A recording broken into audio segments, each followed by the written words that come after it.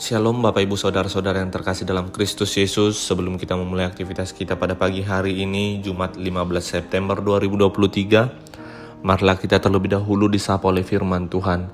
Terlebih kita bersatu di dalam doa. Allah Bapa yang kami kenal di dalam nama anak-Mu Tuhan Yesus Kristus, sungguh kami mengucap syukur ya Tuhan atas penyertaan Tuhan dalam kehidupan kami. Terlebih buat satu hari ini ya Tuhan, kami boleh bangun dari tempat tidur kami masing-masing.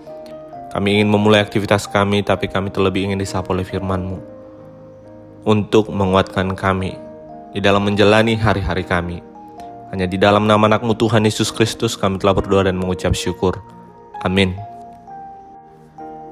Bapak Ibu Saudara-saudara yang terkasih dalam Kristus Yesus, firman Tuhan yang menyapa kita diambil dari Roma pasal yang kedua, ayat yang ke-29. Demikian firman Tuhan. Tetapi orang Yahudi sejati ialah dia yang tidak nampak keyahudiannya, dan sunat ialah sunat di dalam hati secara rohani, bukan secara hurufiah. Maka pujian baginya datang bukan dari manusia, melainkan dari Allah. Demikian firman Tuhan. Bapak Ibu Saudara-saudara yang terkasih dalam Kristus Yesus, renungan pada pagi hari ini saya ingin membandingkan, yaitu dengan mempermuliakan dengan mempermalukan. Orang Yahudi merasa diri lebih baik dan benar daripada orang kafir karena mereka memiliki hukum Taurat, hukum yang Tuhan berikan kepada mereka sebagai bangsa pilihan. Kesombongan membuat mereka jatuh dan bahkan lupa diri. Terkesan mereka seperti mempermuliakan Tuhan, tapi mereka dengan sifatnya, orang Yahudi sangat bangga atas hukum Taurat tersebut. Tetapi Paulus menjelaskan bahwa yang penting bukan sekadar memiliki hukum Taurat, tetapi melakukannya di dalam kehidupan. Bangsa Yahudi menganggap bangsa-bangsa non-Yahudi itu buta, berada dalam kegelapan, bodoh, belum dewasa, dan tidak memiliki pengetahuan karena mereka hidup tanpa hukum Taurat. Namun pertanyaannya, apakah orang-orang Yahudi lebih dewasa dan tidak berbuat dosa? Ternyata dalam kehidupan nyata, tidaklah demikian.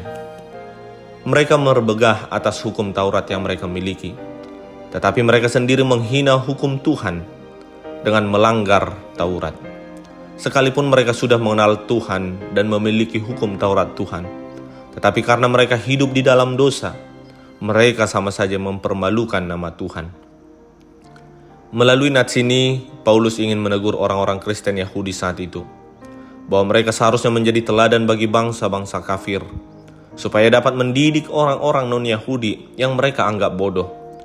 Mereka seharusnya mempermuliakan Tuhan lewat hidup mereka, dan dengan demikian menjadi terang yang menuntun bangsa-bangsa yang tidak mengenal Tuhan menjadi mengenal Tuhan.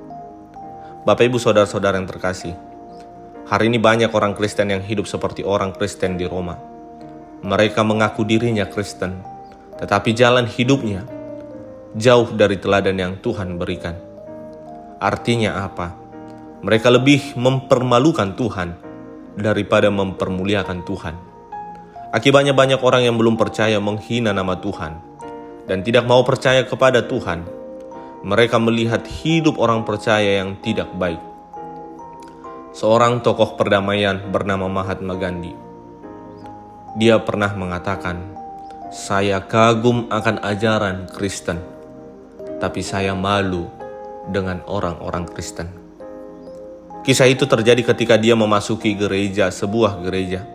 Tetapi dia tidak dianggap di gereja tersebut. Bahkan orang-orang di dalam gereja melihat secara sinis siapa dia, karena pakaiannya, karena orang tidak pernah melihat dia masuk ke gereja.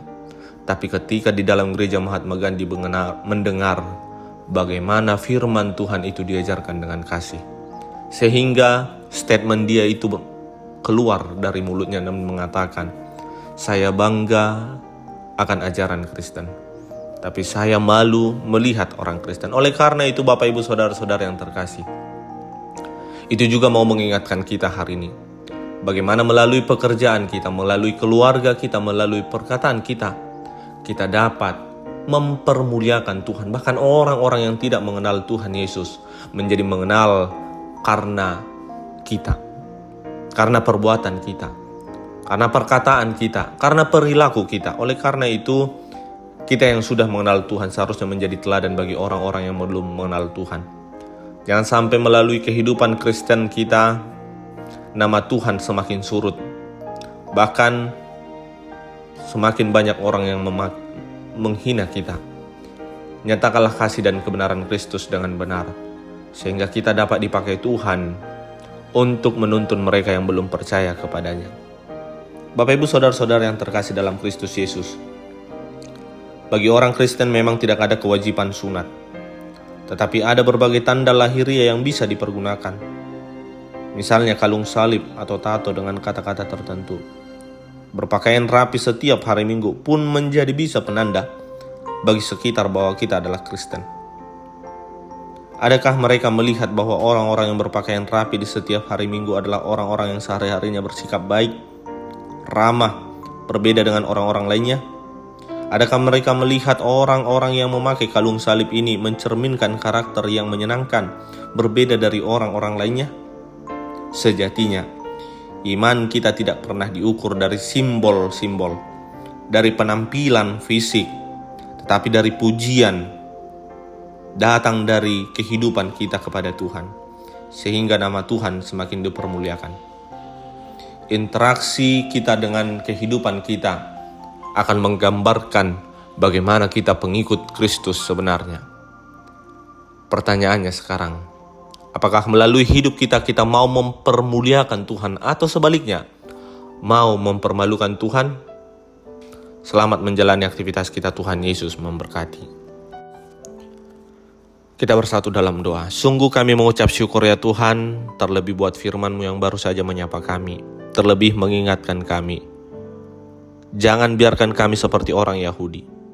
Mungkin kami memiliki legalitas sebagai pengikut Kristus, tapi bukan itu yang terpenting.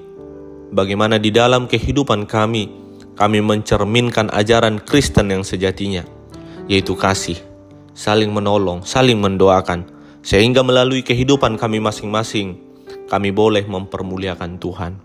Kuatkan kami Tuhan untuk dapat melakukannya di tengah-tengah keluarga kami, di tengah-tengah pekerjaan kami, dimanapun kami berada, sehingga orang-orang di sekitar kami semakin mengenal, bahkan semakin cinta kepadamu.